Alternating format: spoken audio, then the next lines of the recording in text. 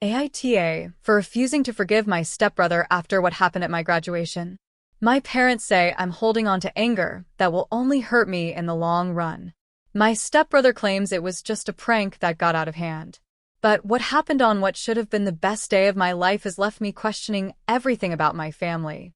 I, 18F, am writing this a week after my high school graduation, and I'm still trying to process what happened. My family thinks I'm overreacting. My best friend says I'm justified in my anger.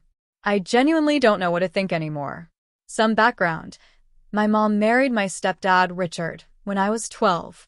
He has a son, Connor, also 18, who's exactly 2 months older than me. We were going to be in the same grade, which I initially thought would be cool, a built-in friend at school. It was not cool.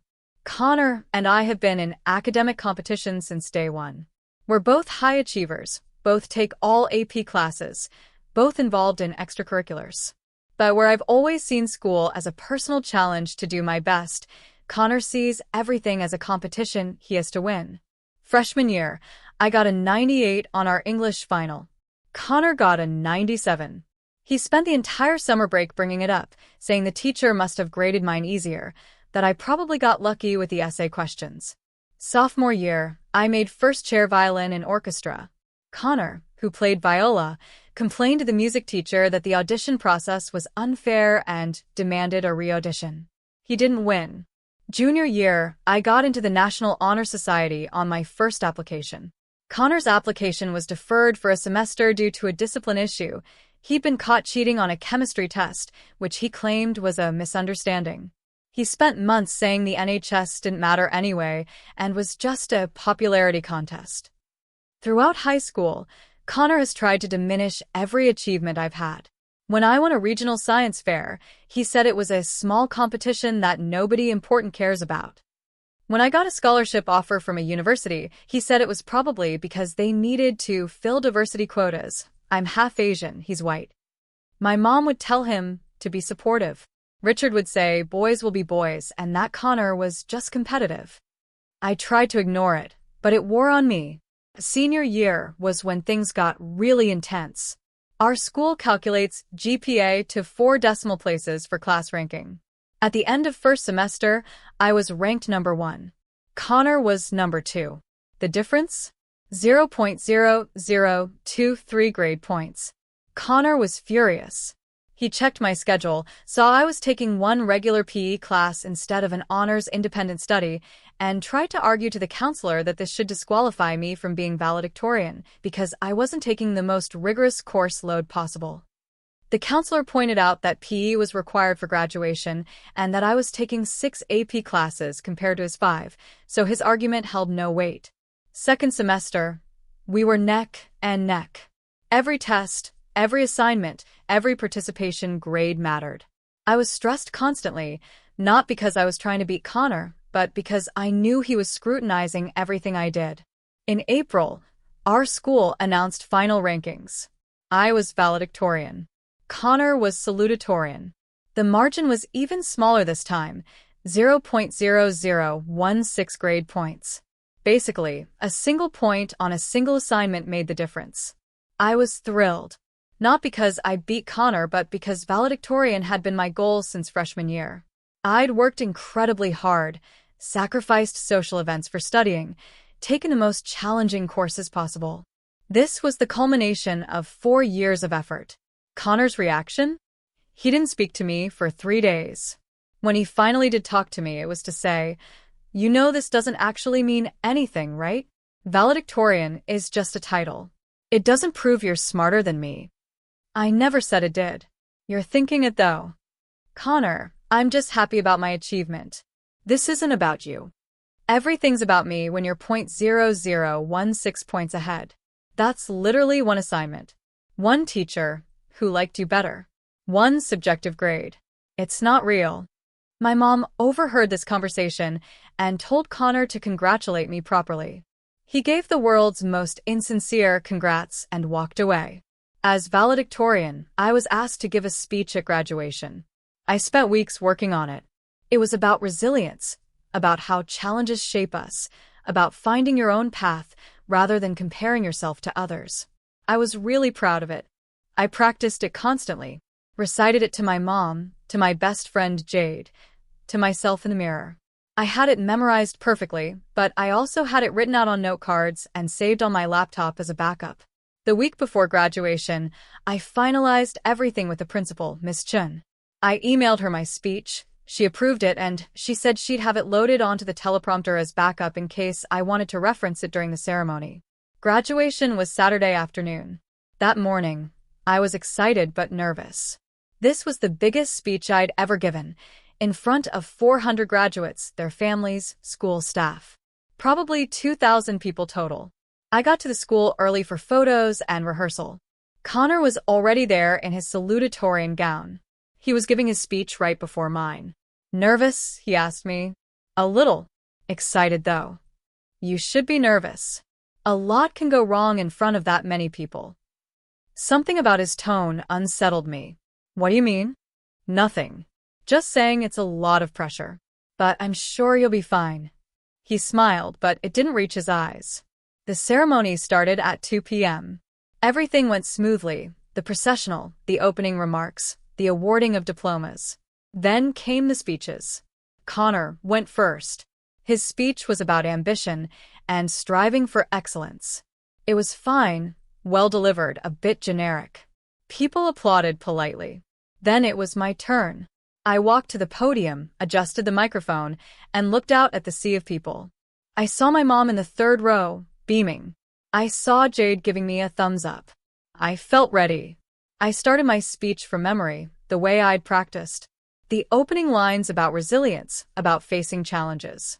The audience was engaged. People were nodding along. Then I glanced at the teleprompter to make sure I was on track. The words on the screen weren't mine. I stumbled mid-sentence, my brain trying to process what I was seeing. The teleprompter was showing completely different content. Not my speech about resilience and personal growth, but something else entirely. It was a speech, but it was attacking people. It called out specific students by name. It made fun of our teachers. It contained profanity. It accused the administration of favoritism and corruption. It was mean-spirited and inappropriate and nothing like what I had written. I froze at the podium, my mouth open, completely lost. The audience started murmuring. People were confused about why I'd stopped talking. I looked away from the teleprompter and tried to continue from memory, but I was rattled. I'd lost my place. The words were gone from my mind. I'm sorry, I said into the microphone. There's been a mistake with the teleprompter. Ms. Chun, the principal, came up to the podium. What's wrong? I stepped aside and pointed at the screen. She read what was there, and her face went white. This isn't your speech. No, I don't know what that is. She immediately signaled to someone backstage. The teleprompter went dark. Can you continue without it? She asked me quietly. I tried. I really tried. But I was so shaken that I couldn't remember more than fragments of my actual speech. I stammered through about 2 minutes of disconnected thoughts about perseverance and goals, but it was incoherent. I could see people in the audience looking confused or bored or sympathetic. It was humiliating. I finally gave up and just said, "Thank you for 4 great years. Congratulations to the class of 2025. And I walked off stage to awkward, confused applause. I sat back down in my seat, fighting tears. This was supposed to be my moment. I'd worked 4 years for this. And it was ruined. After the ceremony, people came up to me asking what happened. I didn't know how to explain. My mom hugged me and said I did fine considering the circumstances, but I could see the disappointment in her eyes. Connor found me in the crowd. That was rough. What happened up there? The teleprompter had the wrong speech on it. Really? That's weird. Technical glitch. I guess. Well, at least you got through it. He patted my shoulder. Something about the gesture felt condescending. That evening, we had a graduation party at our house. Extended family friends, some of my classmates. People kept asking me about the speech, and each time I had to explain that there was a technical error. It was mortifying. Connor, meanwhile, was holding court in the living room, talking about his speech, accepting congratulations, acting like he'd been the star of the ceremony. Around 9 p.m., I went up to my room to get away from the party. I opened my laptop to look at my speech again, to remind myself of what I'd actually written, what people should have heard. The document was gone. Not just closed, completely gone from my laptop. I checked my recent files. I checked my documents folder. I even checked the trash. Nothing. Then I noticed something weird. My laptop security log. I'd set it up to track file access after Connor had borrowed my laptop last year and gotten into my college application essays, showed activity from earlier that morning. Someone had accessed my files at 8:47 a.m. I was in the shower at 8:47 a.m. Connor was the only other person home. My hands were shaking as I checked what had been accessed. My speech document had been opened, then deleted, and a new document had been created and emailed to Ms. Chen's school address. Someone had replaced my speech. I ran downstairs and found my mom. "I need to talk to you." Now. Privately. We went into the home office. I showed her the security log. Connor accessed my laptop this morning while I was getting ready. He deleted my real speech and sent a fake one to Principal Chen. My mom's face went pale. Are you sure? Maybe you're misremembering." "Mom, look at the log. It's time-stamped. Connor sabotaged my graduation speech." "Let me talk to Richard." She got my stepdad, and I showed him the evidence. His response? There must be some explanation. Connor wouldn't do something like that. "The evidence is right here. Maybe you left your laptop open and he was just curious what your speech said. Maybe he accidentally deleted it and accidentally created a fake speech full of insults and profanity and accidentally emailed it to the principal." Richard looked uncomfortable. "I'll talk to Connor." He brought Connor into the office. Connor looked between all of us, confused or doing a great impression of it. "Did you access your stepsister's laptop this morning?" Richard asked. What? No. "Why would I?" I showed him the security log. "This says otherwise."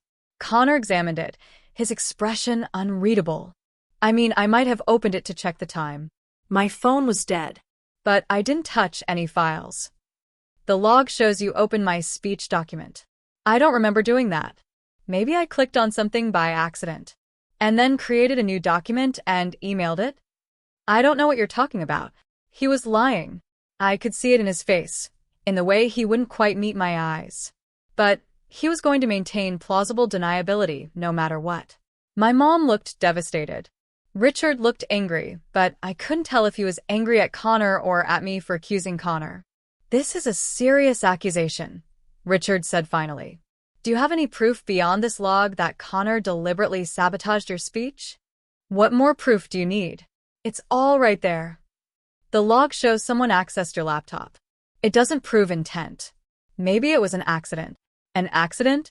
He replaced my speech with something that made me look terrible in front of the entire school. "We don't know it was him. Who else would it have been?" Connor spoke up. "Maybe someone hacked your laptop remotely? Or maybe you saved the wrong version of your speech and you're trying to blame me?" I wanted to scream. I had the right version. I emailed it to Ms. Chen weeks ago. Someone replaced it. Then maybe someone else did. Why are you automatically blaming me? Because you're the only one with motive. You are mad I'm valedictorian. I'm salutatorian. I gave a speech too. I'm happy with how things turned out. He was so calm, so reasonable sounding. And I was emotional and accusatory. I could see my stepdad starting to believe Connor's version. The party was still going on downstairs. My mom suggested we table this conversation until tomorrow when everyone was calmer. I barely slept that night. I kept thinking about my ruined speech, about Connor's smirk when he asked what went wrong, about how smoothly he lied to our parents. Sunday morning, my mom suggested I call Principal Chun and explain what happened. Maybe she could help figure out who sent the fake speech. I called Ms. Chun. She was sympathetic and agreed to meet me Monday morning before school to review what happened. Monday morning, I went to her office. Ms. Chun pulled up her email. "So, I received 2 emails with speeches from you. The first one, 3 weeks ago, was the speech about resilience. Beautiful speech, by the way. The second email came Saturday morning at 9:15 a.m. with a different speech attached. That's the one that got loaded onto the teleprompter. Can you tell who sent the second email? It came from your school email address. I didn't send it. Someone accessed my laptop and sent it from my account. Ms. Chen frowned. That's a serious accusation. Do you know who might have done this? I hesitated.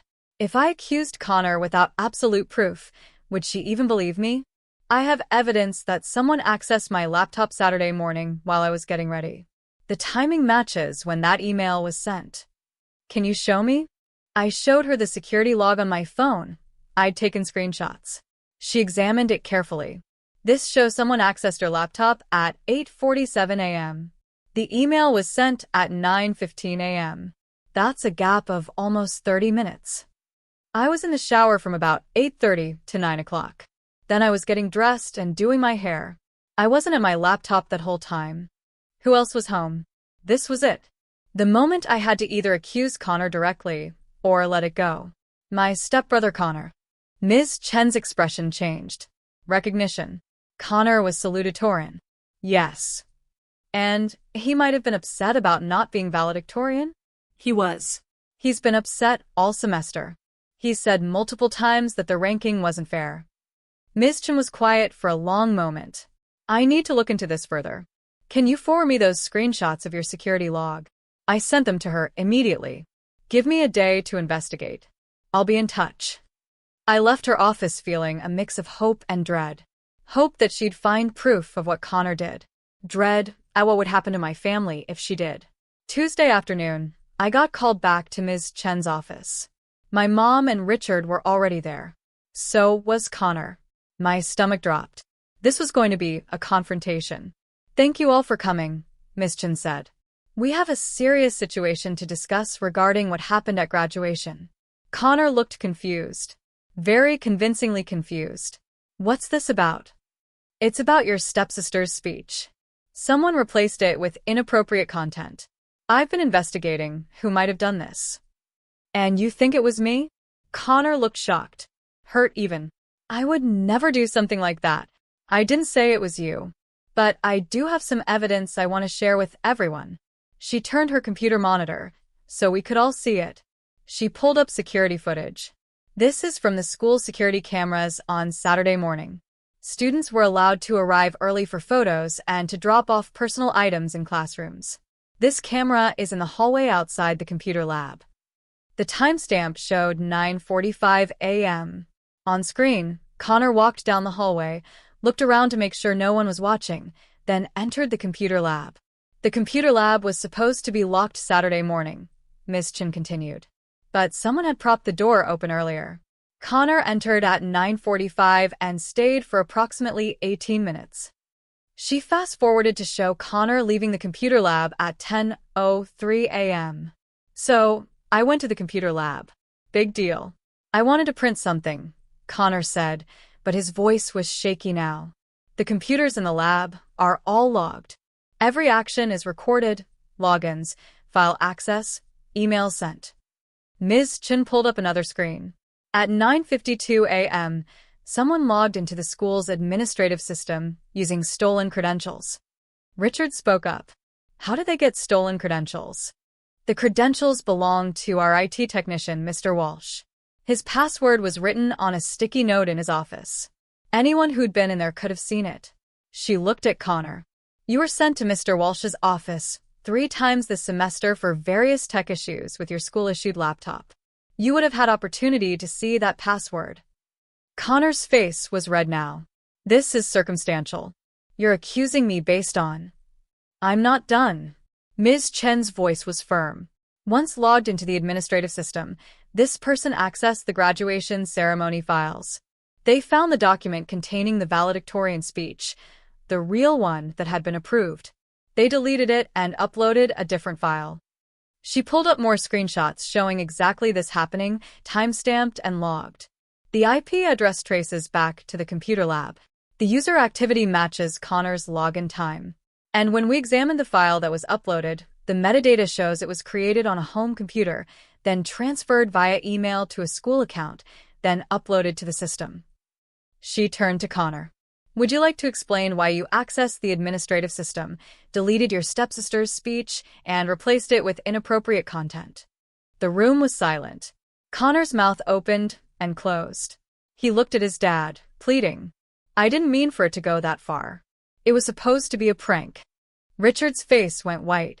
Connor. What did you do? I was so tired of everyone treating her like she's so special because she's valedictorian. It's 0.0016 points. It's meaningless. But everyone acts like she's a genius, and I'm nothing. So you sabotaged her graduation speech. My mom's voice was shaking. It was supposed to be funny. I thought she'd just have to improvise, maybe look a little silly. I didn't think she'd completely fall apart. There was profanity and personal attacks in that speech. Ms. Chen said, content that could have seriously damaged your stepsister's reputation. I got carried away. I was angry. I'm sorry, okay? No, I said, my voice cold. You're not sorry. You're sorry you got caught. Connor turned to me. Come on. You know how competitive I get. I just wanted to knock you down a peg. You wanted to humiliate me. On the most important day of my high school career. In front of everyone who matters to me. It wasn't personal. How is sabotaging my graduation speech not personal? Ms. Chen interrupted. Connor, what you did is incredibly serious. You violated school policy, accessed administrative systems without authorization, and deliberately sabotaged another student. You could face expulsion, even though you've already graduated. And there may be legal consequences. Richard finally spoke, his voice hollow. Legal consequences? Computer fraud, for one. Accessing a system without authorization is a crime. Depending on how far the school board wants to take this, there could be charges filed. Connor looked panicked now. But I already graduated. I'm going to college in the fall. You can't. Your diploma can be revoked, Ms. Chen said. Your college acceptances could be rescinded if they learn about this. This is not a small matter. Dad, do something. Connor looked at Richard desperately. Richard looked at me, then at his son, then at Ms. Chen. What are the options here? The school board will meet to determine appropriate consequences. But first, I wanted to give all of you a chance to see the evidence. To understand what happened. She looked at me. I owe you an apology. This should never have happened. Our security should have been better. You deserved to give your real speech. Can I ask suddenly? Give my real speech? Not at graduation, obviously, but could I do something? Ms. Chen thought for a moment. Let me talk to the board. Maybe we could arrange something. We left the principal's office. The car ride home was silent and tense. Once home, Richard pulled Connor aside. I could hear them arguing in Connor's room. My mom sat with me in the kitchen. I'm so sorry, she said. I should have believed you immediately. You wanted to believe Connor was innocent. I get it. That's not an excuse. He sabotaged you. He humiliated you. And I made you prove it before I'd even consider that he might have done something wrong. I didn't know what to say. She was right. That evening, Richard came to find me. He looked like he'd aged 10 years in one day. Connor has something to say to you. Connor appeared behind him, eyes red like he'd been crying. I'm sorry. I really am. I was jealous and angry, and I handled it in the worst possible way. I never should have done that to you. You're right. You shouldn't have. I know there's no excuse. I wanted to explain that it wasn't about you. It was about me feeling like I was never good enough. That doesn't make it better, Connor. That makes it worse. You let your insecurity turn you into someone who would sabotage his own stepsister's graduation. I know. He was crying now. I know. I'm sorry. I'm so sorry. I looked at this person I'd lived with for 6 years. Someone I'd tried to be friends with, tried to have a sibling relationship with. Someone who'd responded to my success by trying to destroy my moment of achievement. I don't forgive you, I said. Not right now. Maybe not ever. What you did wasn't just mean, it was calculated and deliberate and cruel. You've spent 4 years trying to diminish everything I've accomplished, and this was your final attempt to make sure I didn't get to enjoy being valedictorian. That's not. Yes, it is. Be honest, at least. You couldn't stand that I beat you. You couldn't handle being second. So you tried to ruin my moment. He didn't deny it. The school board met yesterday. They decided on the following consequences. Connor's valedictorian status has been revoked. He will no longer be listed as salutatorian in official school records. His diploma is being withheld pending completion of 100 hours of community service and a written apology to me, the school, and everyone who attended graduation. He's banned from all school property for 1 year. The school will send a letter to his college explaining what happened, and it will be up to the college to decide whether to revoke his acceptance. I will be given the opportunity to deliver my real speech at the Senior Awards ceremony next month, which will be recorded and posted to the school's official channels. Connor is devastated. His college hasn't made a decision yet, but his acceptance is under review. He might lose his spot. He definitely lost his small scholarship. Richard is furious, not at Connor, but at the school for overreacting. He thinks they're being too harsh, that Connor made a mistake and is being punished too severely. My mom is torn. She thinks Connor deserves consequences, but worries about him losing his college acceptance. And me? I don't know how to feel. Part of me feels vindicated. Connor tried to ruin my moment, and now he's facing real consequences. But part of me feels guilty. His life is potentially being derailed because of what he did. Yes, he sabotaged me, but does he deserve to lose his college acceptance? To have his diploma withheld? To be banned from the school? My best friend Jade says I shouldn't feel guilty at all. He made his choices. He has to live with them. But my mom keeps saying, "Is this really what you want? To see your stepbrother's future destroyed over a prank?" It wasn't a prank. It was sabotage. But am I responsible for how severely he's being punished? Richard has barely spoken to me since the board's decision. I can feel the tension in the house. We're supposed to be a family, but it feels like we're on opposing sides of a war. My mom suggested family therapy. Richard refused, saying therapy won't change what's been done. Connor leaves for a summer job tomorrow, working at a camp in another state. Part of me is relieved he'll be gone. Part of me feels sad that this is how our senior year ended. I'm going to give my real speech next month. I've been practicing it again, trying to recapture the excitement I felt before graduation. But it's different now, tainted by everything that's happened. So, Reddit, AITA, for not forgiving my stepbrother after he sabotaged my graduation speech? Should I ask the school board to reduce his punishment? Should I tell his college that he's learned his lesson and deserves a second chance? Or am I right to let him face the full consequences of his actions, even if it means his future is impacted? My family is divided. Richard thinks I'm being vindictive by not asking for leniency. My mom thinks I should do what feels right to me. Connor has stopped speaking to me entirely. I just want to know, am I the asshole here? Or is Connor getting what he deserves?